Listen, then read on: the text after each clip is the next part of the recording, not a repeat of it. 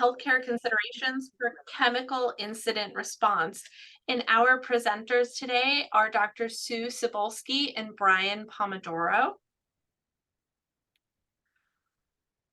As we get into this, the content provided in today's webinar is presented by individual speakers only and does not reflect or represent the official position or the position of any portion of the United States government.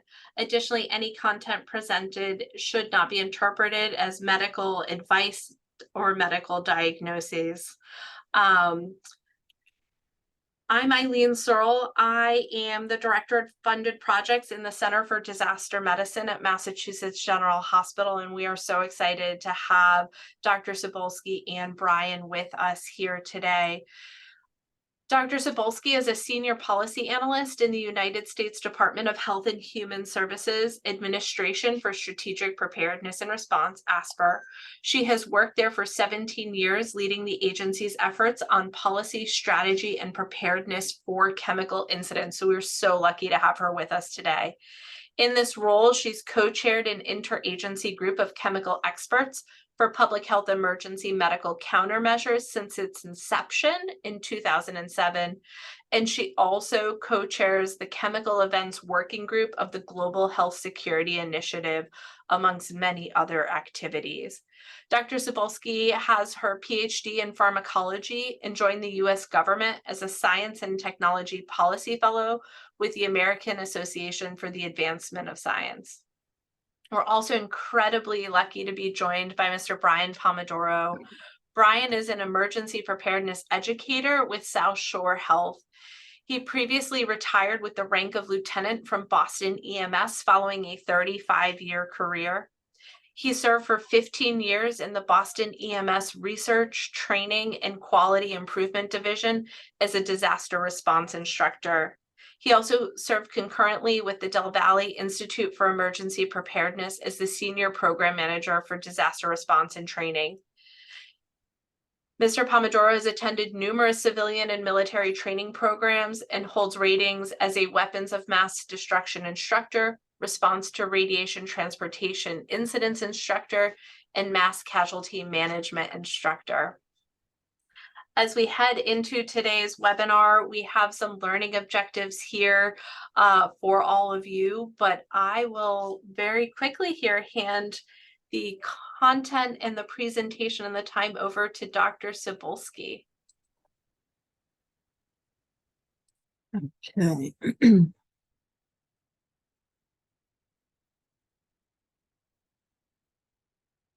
All right, thank you.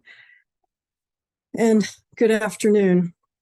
I'm going to speak about concepts from our work at the federal level on policy planning and preparedness to support local communities in chemical incident response.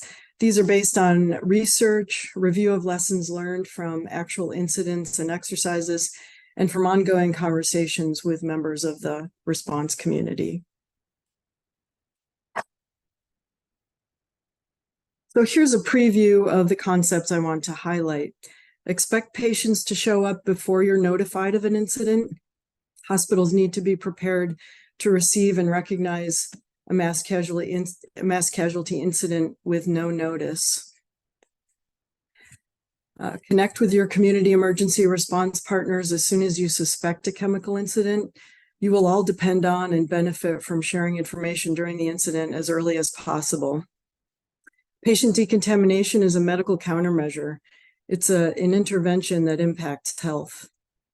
Utilize patient self-care. Some patients may be able to help themselves and others, at least to a certain extent. So this is about relying on that capability for self-care, as well as buddy care and bystander assistance. Poison control centers are a resource for you and can be a partner in response. So work with them before and during an incident. And medical countermeasures may become scarce. So it's important to know ahead of time what you will do in that situation. And then I'll describe a few of the online resources made available by federal agencies.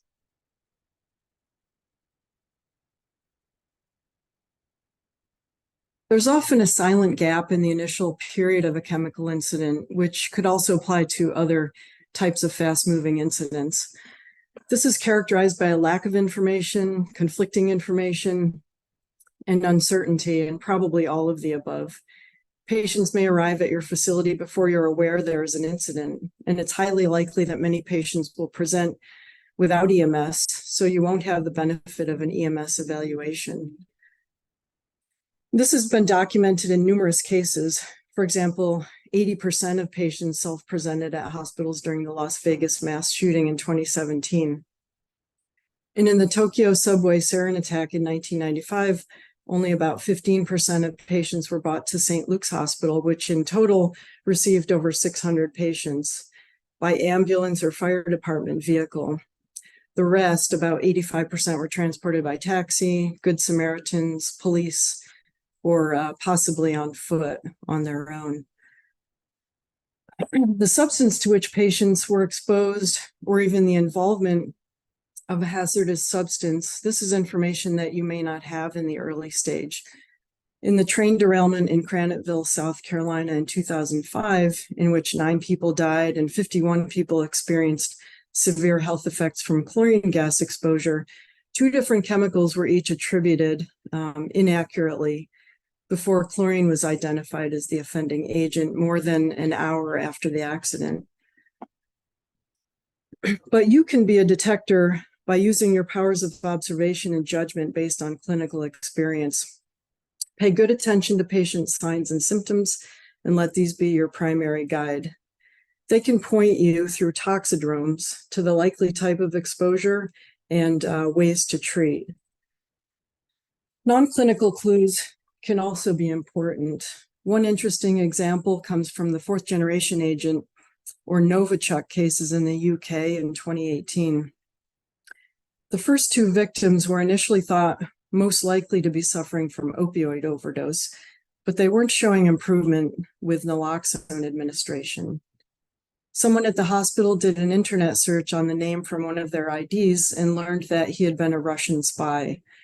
This then opened the aperture on the diagnosis, and it helped staff to eventually determine that these were nerve agent intoxications. Additionally, be prepared for large numbers of people arriving at your facility, including many who may not be experiencing severe signs and symptoms, but are concerned that they were exposed and they want to be checked out.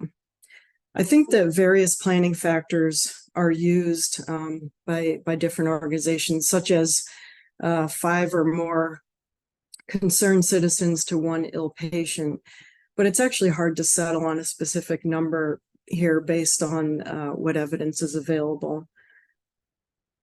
A strategy for triage and prioritizing patients will help you decontaminate and treat the most severely affected soonest, which is so important because many chemicals act very quickly. Effective response to this incident will depend on the entire local emergency response system, which includes you, EMS, hazmat, fire, police, public health, poison centers, environmental health, and others. So the sooner you share information, the better your chances of success. Knowing your organization's protocol for initiating notification or inquiring with partners is something you should do now as a part of preparedness.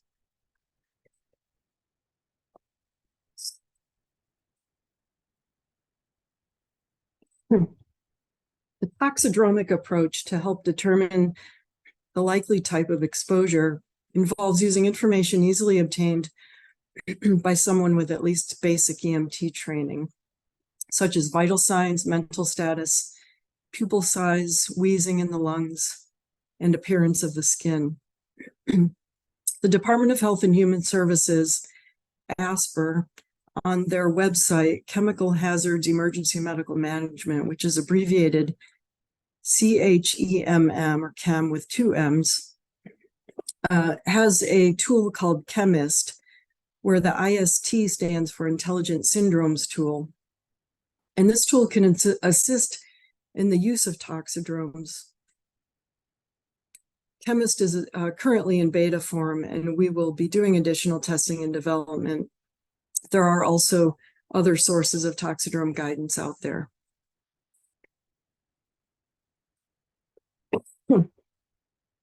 Stopping the exposure begins with getting people away from the site of release. And that step most likely has occurred once patients have arrived at the hospital. But if they are contaminated, meaning that the chemical has been deposited on them, their skin, their hair, or their clothing, then the exposure is ongoing. Removing that contamination reduces the amount of chemical that could otherwise have been absorbed into the body and thereby the dose of hazardous chemical received. This can reduce toxicity to the patient.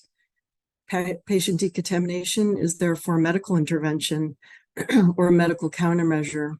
Not only does it protect patients' health, it also helps protect the health of hospital staff by preventing secondary exposure, and it helps prevent the spread of contamination to equipment and the facility in general.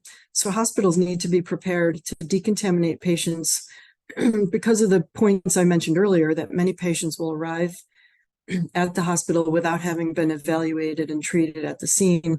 And the situation at your hospital may be chaotic, so that you may not have clear information about whether they have been decontaminated yet or not.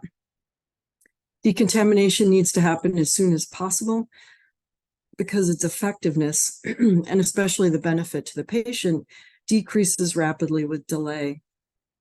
With strong collaboration, planning, training, and exercising together, it's possible for you to coordinate with your pre-hospital partners, primarily the organization that will be conducting decontamination in the field, so that if sufficient decontamination is performed before patients are brought to the hospital, and this is communicated at the time, then you could move right into the rest of your patient management steps.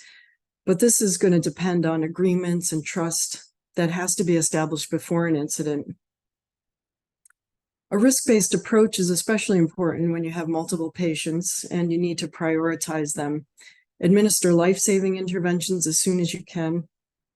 The most severely affected patients should be decontaminated first. And if patients were only exposed to a chemical in gas or vapor form, then clothing removal may be all the decontamination they need. These are just some of the risk-based concepts to patient decontamination.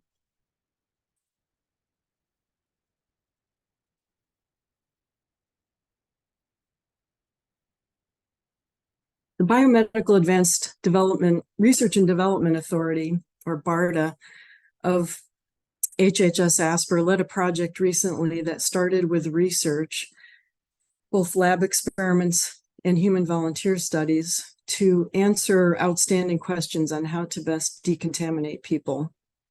They produced, updated guidance based on that new evidence. The collection of information, the guidance, and the supporting evidence is called PRISM, for Primary Response Incident Scene Management. It demonstrated for the first time quantitatively and in controlled studies how effective clothing removal can be.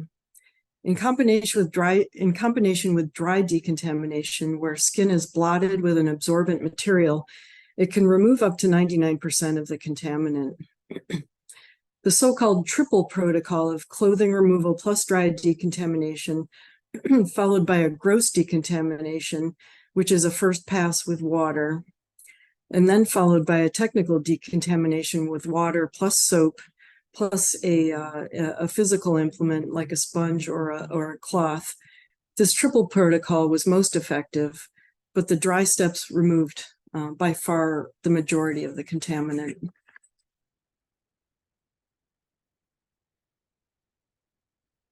Besides being extremely effective, these dry decontamination steps have the advantage of needing only minimal resources. They can be done without waiting for specialized equipment. Some patients, those who are ambulatory, not severely ill, and can follow instructions, may be able to perform these steps for themselves. And it's possible that some patients could help others. Ideally, you will provide them with something to cover up with for warmth and privacy, and a clean, dry, absorbent material to blot their skin and hair. Potentially contaminated clothing should be handled with care and secured away from people to avoid secondary exposures. And one thing to note, that these studies found that dry decontamination was not as effective for a solid contaminant as for a liquid contaminant. So in this case, in the case of a solid contaminant, it's more urgent to get water on the patients. On the CHEM website, you can find a decision aid tool for patient decontamination called ASPR, which stands for Algorithm Suggesting Proportionate Incident Response Engagement. It relies on inputs about the nature of the contaminant and how long it's been since the exposure began. This is also a product of the PRISM project, and it's a beta version, but will be updated.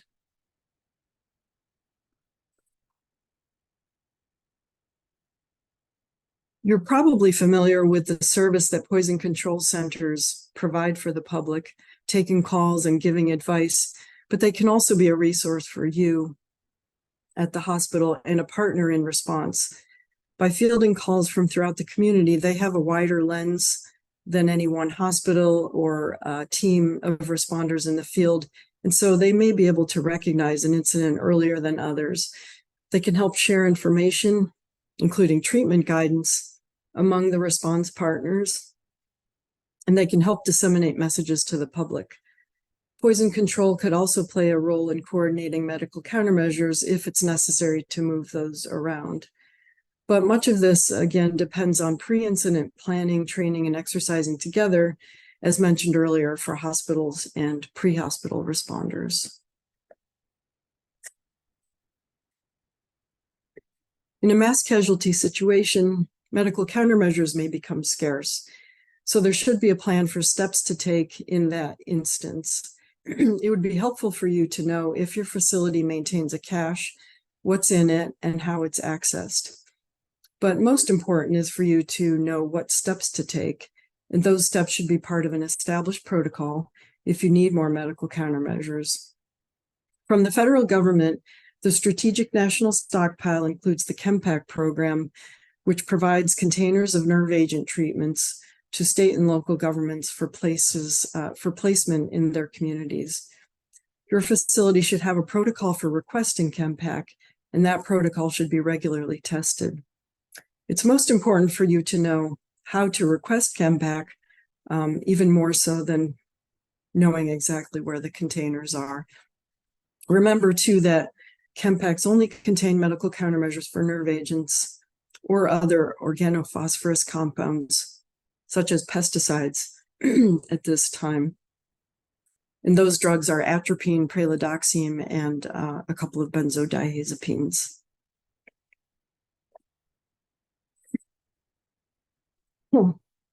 Another resource that's available on the CHEM website is guidance for choosing alternative medical countermeasures, nerve agent medical countermeasures, if the recommended one is not available. It's called contingency medical countermeasures, and there's guidance for both adult and pediatric patients, including recommended doses of the alternative drugs.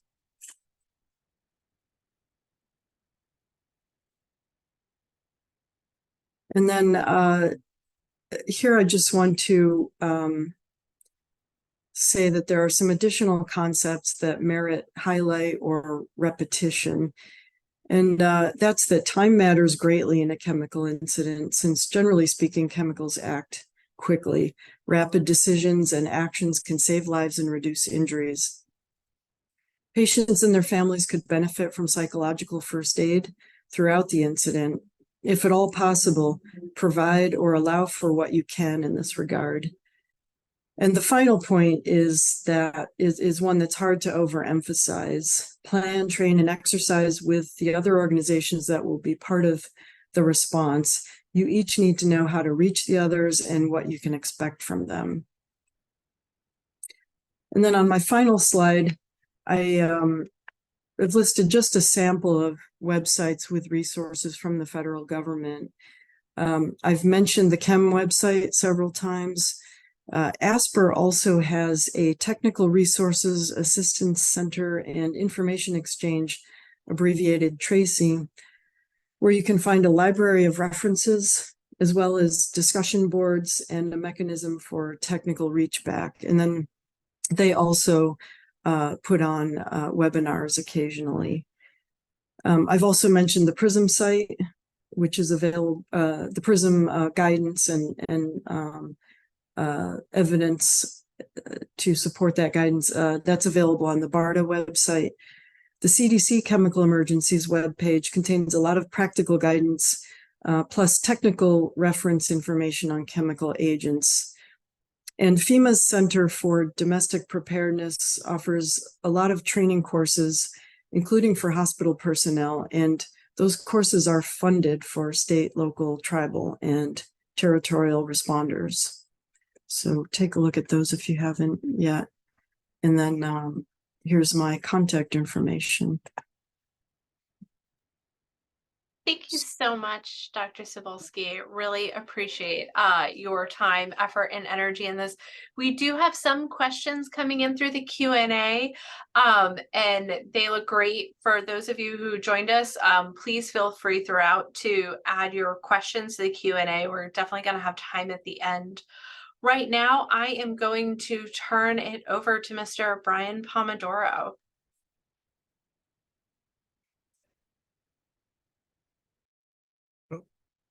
There we go. Brian, we are seeing the Zoom screen and not you.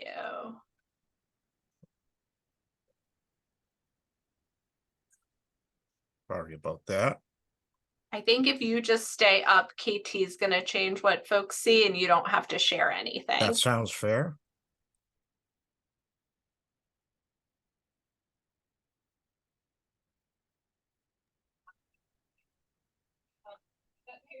So, all you.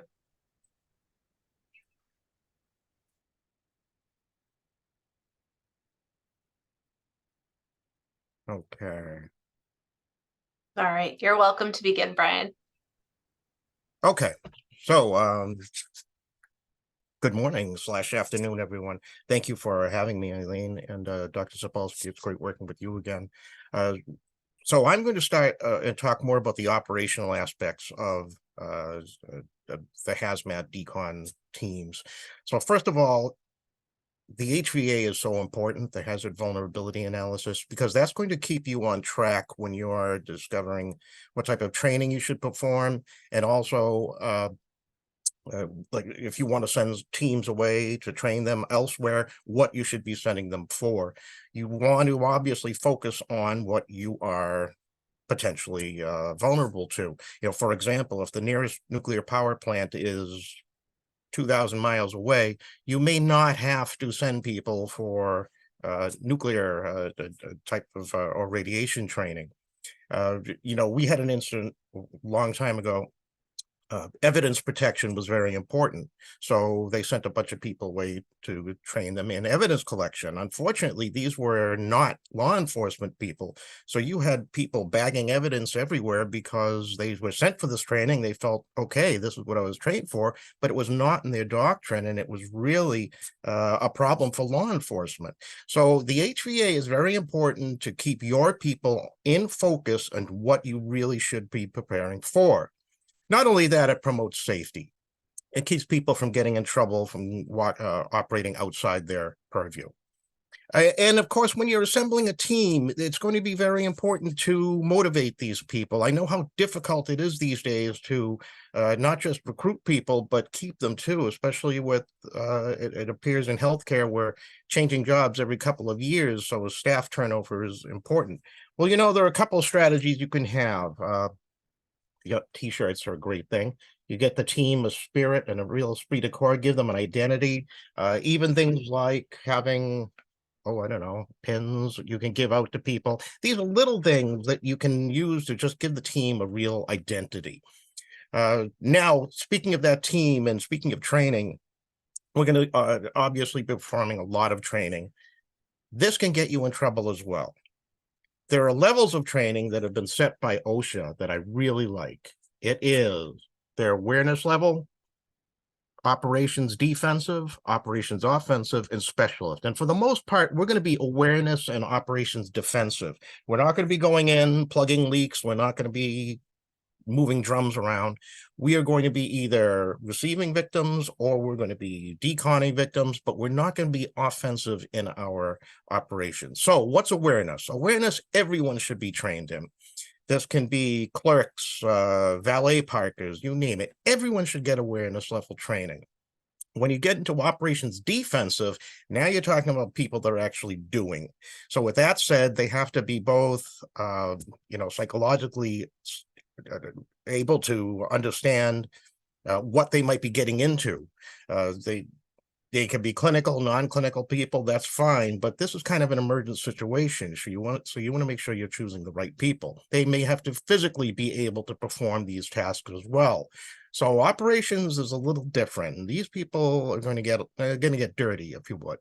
Now, with that said, what about when we're evaluating these people? Again, awareness level and awareness, I should have mentioned this earlier. We'd love to remember that acronym RAIN. Recognize, avoid, isolate, and notify. That is a great paradigm to teach everyone. If you want to give them a little training on that and you want to test them, that's fine. That's up to you. But it's pretty much optional. Once you get into operations, though, these people should be tested. What I mean is at the end of the training, they should perform a written exam. And something that's really important is the check sheet. They should have to demonstrate to someone that they are able to perform these skills. I think for the clinical people here, you understand what it might be like to watch a PowerPoint for endotracheal intubation. Would you want someone to intubate you or a family member if they just watched the PowerPoint? No, you want to make sure they were with a professional who could check off and say, yes, the person did this, the person did that. For example, with a PAPR or a powered air purifying respirator, did they assemble it properly? They inspected the hood, they checked the cartridges, checked the battery and all. So you want to make sure that they are physically performing those tasks. And remember too, when you're performing training, the old inverted pyramid is true. People remember this much of what they see, this much of what they see and hear, and this much of what they see, hear, and do. So always interject some type of practical element to any type of training. A good rule of thumb we like to use, for every 20 minutes of talk, have some little exercise or even an activity. Doesn't really have to be too invasive, just something that they can get up, move around. It will help. Okay, so now that we've got all that down, let's talk about actually outside. We've got the decon tents, or we've got to have our own shelters. We have equipment. Let's discuss that for a little bit. And the first thing we have to understand is who is regulating this gear. So I want to throw a couple of acronyms at you. OSHA is obviously a very big one for us. So the Occupational Safety and Health Administration. And OSHA, for the most part, dictates procedures. So behind me, I have a nice thick book here about respiratory protection, for example. OSHA tells us how to perform respiratory fit testing, okay? NIOSH, the National Institute for Occupational Safety and Health, thank you. NIOSH, on the other hand, they're the ones that approve equipment, okay? So OSHA think practices, NIOSH think equipment. And there are many people like ANSI as well, the American National Standards Institute for Eye Protection and all. That's fine. But those two different agencies are really going to dictate to you maybe what you should be buying and how you should train in it as well. Now, when you're doing this training, and like I said, we're buying all our equipment, and again, that's wonderful. You just have to make sure you're buying the right stuff, if you would. For example, these heavy duty brushes they sell for decon, these are incredible. These are really nice. You know what else they'll do? They'll abrade bare skin. So people will sell you just about anything and say it's decon quality or hazmat quality, but you have to actually test it out and make sure it's appropriate to the type of decon you'll be performing. Another good example, excuse me. So here's a tight-fitting respirator. A tight-fitting respirator is wonderful, and again, it's a high level of protection. So for level A and B chemical gear, this is what you'd be wearing. Not really useful to us in the healthcare setting. because it requires a lot of training, requires constant training, and a completely different type of fit testing. So if someone said, hey, that's a really high level of chemical protection, we should use that. Just remember, the highest level of chemical protection you get, the higher burden on the person and the higher level of training and retraining that is required. So that's why level C is perfect for us. Powered air purifying respirator, level C suit, and that's all you need. So that's just a little talk about the levels of the training A, B, C, and D. Now about the skill retention. I'm going to show you something familiar. Remember this? Yep, we talked about this for training. This is also the type of thing you should have stapled to every piece of equipment so people know, okay, this is my job action sheet now. So not only is it a training tool, it's a job action sheet as well. So if people do have to break open the pappers, for example, they open up the doors to the closets, they grab the equipment, and they say, here's a job action sheet that walks me through this. You know what? This looks familiar to me because I did this in the training. And that type of repetition is really helpful. Okay, now we've got people trained, we've got them dressed, we're expecting casualties. Let's talk about our facilities for a moment. Now, for the most part, wherever I've traveled around, people do have internal fixed facilities and they're external, which is really meant for the masses. And it seems to me that the internal facilities might be good for maybe 5, 6, 7 people. Maybe that single person coming in who's doused in a chemical, fine. But pretty much anything more than 10 people, you're going to be going to an external facility, an inflatable shelter or a strut style shelter that expands and you're doing decon out there. Again, they're wonderful. They work well. They have, some of them have hurricane ratings, so you can stanchion them down and they'll actually be very durable. And you can use them for multi-purpose too. I know at South Shore Health, we use our tent as also a triage center during special events. So we can inflate it, put some stretchers in there, and we have a small ward set up. So they're really multi-use as well. So I already talked a minute about all the gear you might buy too. And I actually recommend avoid the catalogs, go to your local hardware stores. Because again, in a catalog, a watering wand might cost you $100. I go to my local hardware store, I get one for $9, and it does the exact same job. And also, I don't mind losing it if it's contaminated. Dr. Sobalski was talking about some of the nasty chemicals out there, like Novichok. Remember, something you buy that gets contaminated with a Novichok, for example, you can't decon that. That has to be bagged and that has to be disposed of professionally. So if you buy something that's really pricey, think about, hey, can we recycle this? Can we reuse it? And if the answer is no, let's buy an inexpensive one so we don't mind replacing it. Okay, so now when we are in that situation of performing decon on lots of people, and again, Dr. Sobalski brought this up, people familiar with this, right? Triage tags. Triage tags are wonderful, and they're usually applied at the scene, and you can get the priorities right away, 1, 2, 3, or blue, or whichever. That's wonderful. That's great. But we tend to think at the healthcare facility, they've been triaged, we're finished. We don't need to do that anymore. No, you're going to have to triage people all over again. So again, if you're thinking of this type of setup for your decon unit, I have decon and I have ambulatory and non-ambulatory, that's it. This is the wrong way to look at it. This is the way you should look at it.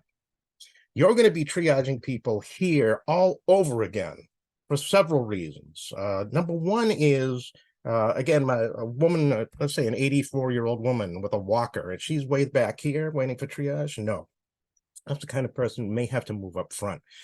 Also, people who are injured, people who are complaining of, could be hypothermic, hyperthermic, they might need to be addressed first. And that's where life-saving interventions come in, correct? So we may have to be applying tourniquets to people, needle decompression, perhaps, open, simple airway procedures, of course, nothing too invasive. But regardless, we may be doing that. So again, I have people working out here, some of them clinical, some of them non-clinical. I want to make sure I have a mix. So I have some clinical people here who are able to apply these different appliances. Okay, Now let's get into something that's really important. When the first standards for hospital decon were written, and I'm talking, my God, 1990s, back in Cal Hospital, I think were the first people to make an attempt at this. And to this day, it's the same. We seem to think decon is going to involve mass casualties, ambulatory, uninjured, able to follow our instructions, and they're just going to stand there like they're going to Space Mountain and, just walk through. That's not the case, especially this day and age too, when we're talking about, health inequities or disparities. This also, we should be focused on in decon. You should find the population of your community and what does it entail. You may have people with faith-based or religious mores, different cultural scruples that really might affect their ability to say, I want to get in this line with everyone else, or they may require special assistance. You should find out what those are and see if you can address them. Also, of course, you're going to have people who wear hearing aids, who have service animals. And these are not the exception. This is going to happen. I dare say the far majority of people in our line here are going to require some type of special attention, special needs.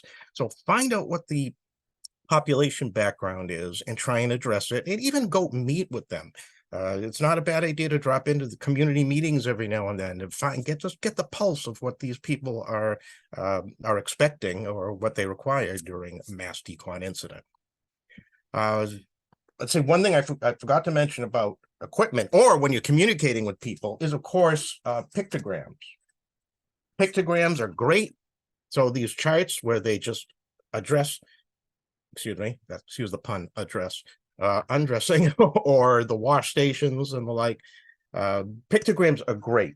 Another great tool, variable message boards. Now they could be electronic or they could be simple dry erase like this. And what I love about dry erase boards is you can communicate with your staff as well. So I could write a message, hold it over my head, and I can get the attention that I need. So VMBs are a very big part of my process as well. Now, let's talk about, again, Dr. Sobalski was talking about partnerships, all in on that as well. That is so vitally important. And this is something that bothers me to no end. It seems that whenever I go to an exercise or drill, they start passing the vests around, and this vest always gets passed out. Sure, incident commander, safety officer, they always get passed out, and they do a great job with that. But if I look at a typical incident command chart here, and you have the incident commander at the top, of course, operations, and decon is under operations, by the way. But this person right up here never gets filled. Anyone see what that is? That's liaison. Huge mistake. Liaison officer needs to be filled because that is the conduit to get information into your agency and out of your agency as well. And by into your agency, and I'm sure everyone here is bobbing their heads because they've been to an incident where we don't know what the heck is going on at the scene. If you had a liaison officer, you have someone who can do that. And remember, when you're doing tabletops or functional exercises, have these liaison people meeting. So when the real incident goes down, you can say, I know exactly who to contact. You get your phone, hit the key, and bingo, you're in contact with the person you need.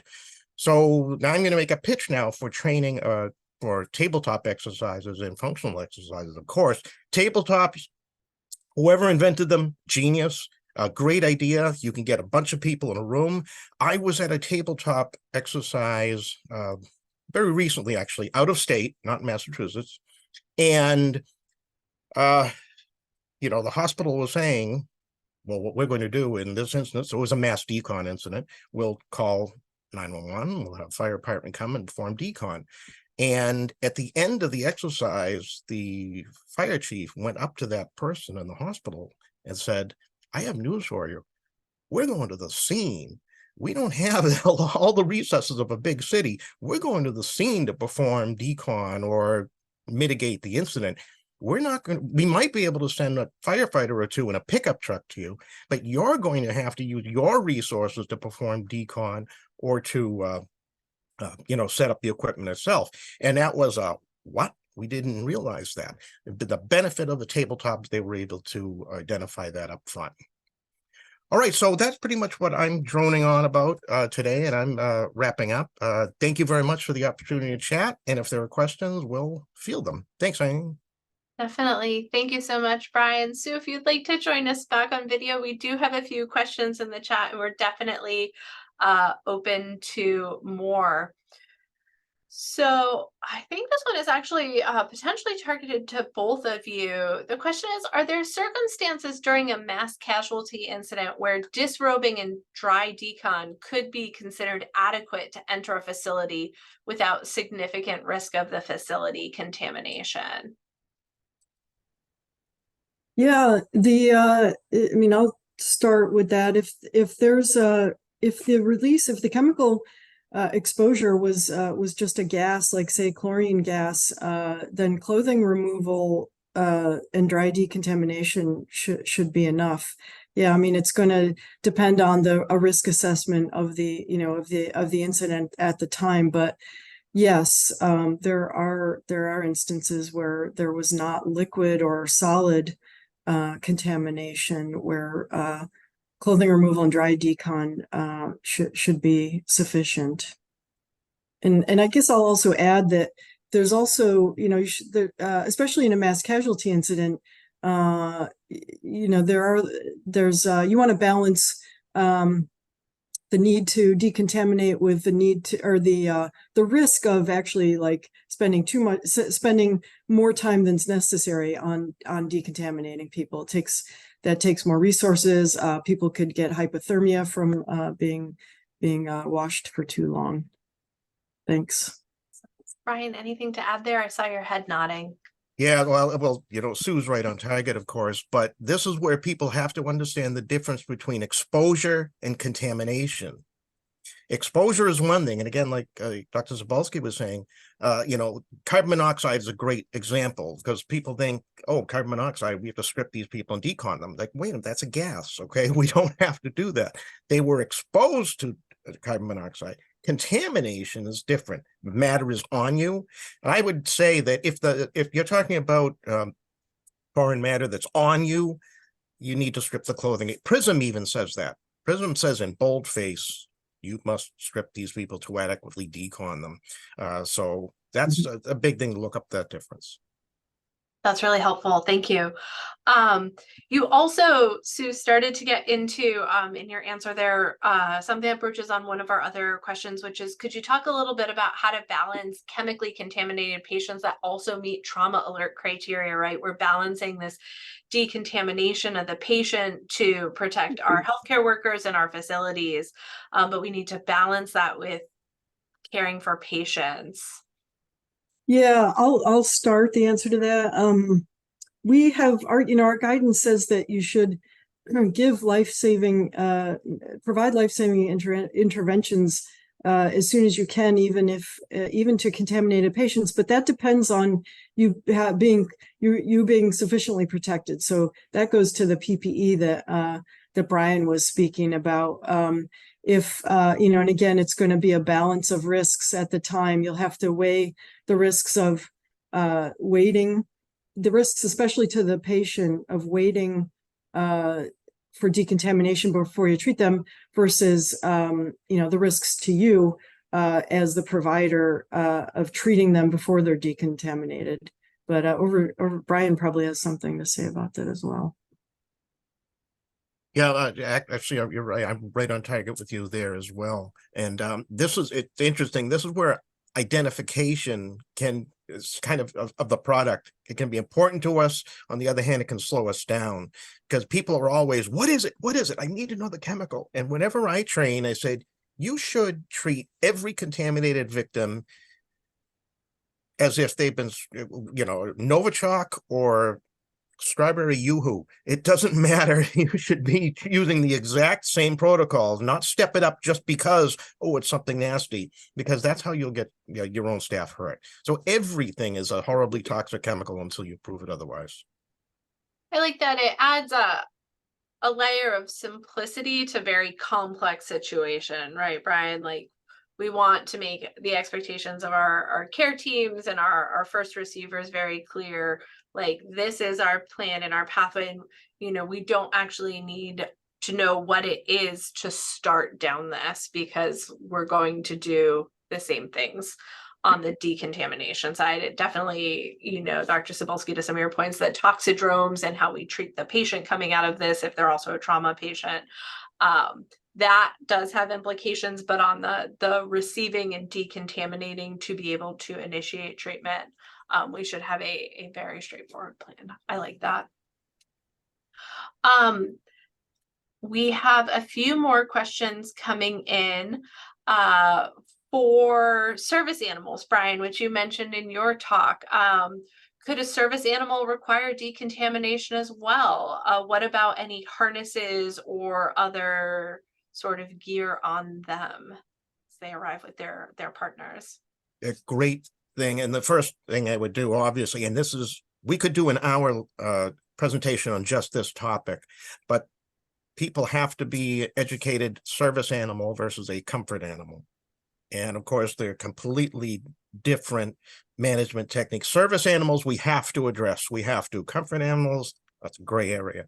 But with service animals, nowadays, service animals aren't being trained actually to accept decon. So, you know, we've done a lot of work with the VMAT teams here in Massachusetts, the veterinary medical assistant teams, fantastic training, and they will actually respond to these incidents if you need them. So again, reach out and find out their capabilities. But they're being trained how to respond to, or they're training the animals how to accept decon. And it's really fun to watch. I was able to take a few animals through with very little training at all. They gave me a quick just-in-time training and it worked perfectly. As far as leads, leashes, not a bad idea, obviously, to have some carriers. There are cardboard boxes that are mass made that you could pop open and put up to 60-pound animals in there if you have to as well. But again, that's a whole training course unto itself. Thanks for that. Sue, anything to add? No, I think that's good, but yeah, just to emphasize that, yes, the service animals could very possibly become contaminated, just like people, and so that has to be part of the risk assessment. Thank you. We have a couple of questions on looking more at large scale incidents. So as first receivers in healthcare facilities, if patients arrive and say they were decontaminated at the scene, is that enough? Or are there any signs that we can look for to see if that decon was adequate or should be repeated at the facility? Yeah, I can start on this one too. I think that really is going to depend. You really should have communication with the response organization about that to confirm what decontamination was done before these people arrived at the hospital. And again, I think that also depends on knowing ahead of time. It'd be the ideal situation is where you have planned and trained with this organization ahead of time, and you know what their decontamination approach is, and you will trust them during an incident when they tell you, yes, we did this, we went through our normal process, and it included dry decontamination as well as gross and technical or whatever it was, and we based on our risk assessment, that was sufficient, and you know these patients are shouldn't need to be decontaminated further. But that would be based on communication with that response agency, and also just understanding and agreeing to the approach beforehand, not just taking the patient's word for it. Thanks. Brian, anything to add there? Yes, definitely. There are a few constants in life.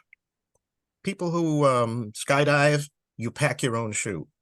people who mountain climb, you tie your own knot.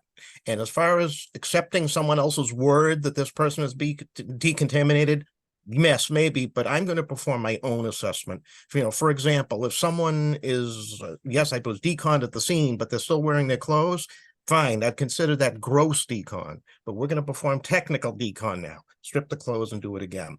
Someone says my eyes are still burning. It might be residual, but you know what? You were flushed at the scene, we're going to flush it again. So I think you should always perform your own evaluation and don't just say, well, this person has some triage tags actually have the pocket that says deconned. Well, if it says deconned and yet I still see stuff on their hair and what I'm going to perform my own evaluation. That's really helpful, and especially going back to Sue, your part of the presentation where you talked about the many ways in which patients arrive, right?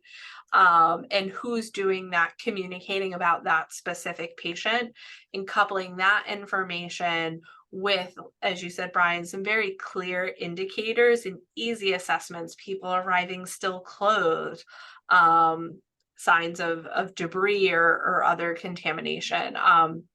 There's some pretty straightforward steps and easy assessments that we can do to kind of understand and evaluate the status of their decon.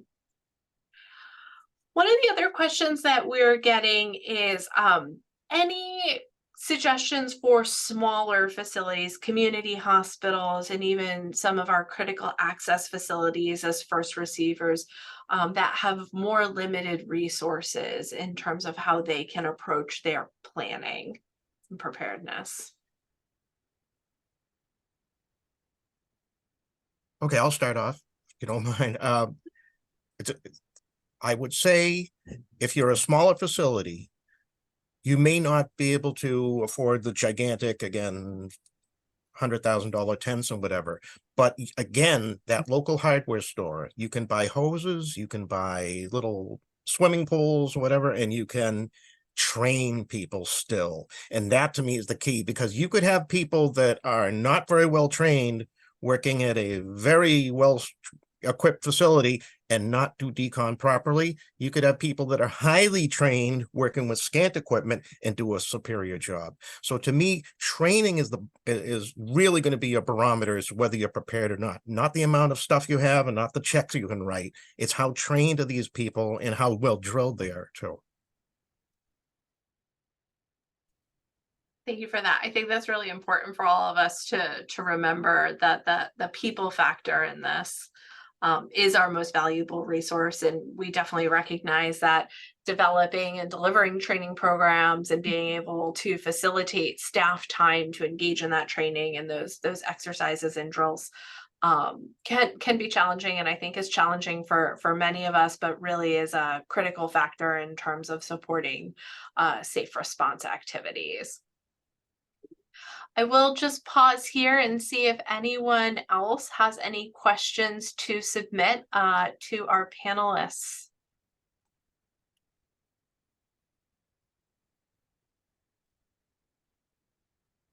Excellent. All right. I'm going to ask Jack to drop in the chat one last time the contact information for our continuing education credits. Again, we offer continuing education credits for individuals attending today's session live. Really want to give a heartfelt thank you to both Dr. Cybulski and Mr. Pomodoro for joining us, for presenting this in such an engaging way, and for your willingness to offer both tools and resources as well as answer questions. Our recording of today's webinar, along with all the links that were shared, will be posted to the RDHRS website, www.rdhrs.org, in the next few days. So this will be up there as a continued resource. Any additional questions, please don't hesitate to reach out to the contact information on the screen. We're happy to direct you to appropriate resources or put you in touch with our panelists. With that, I hope everyone has a nice Friday and a happy and healthy weekend.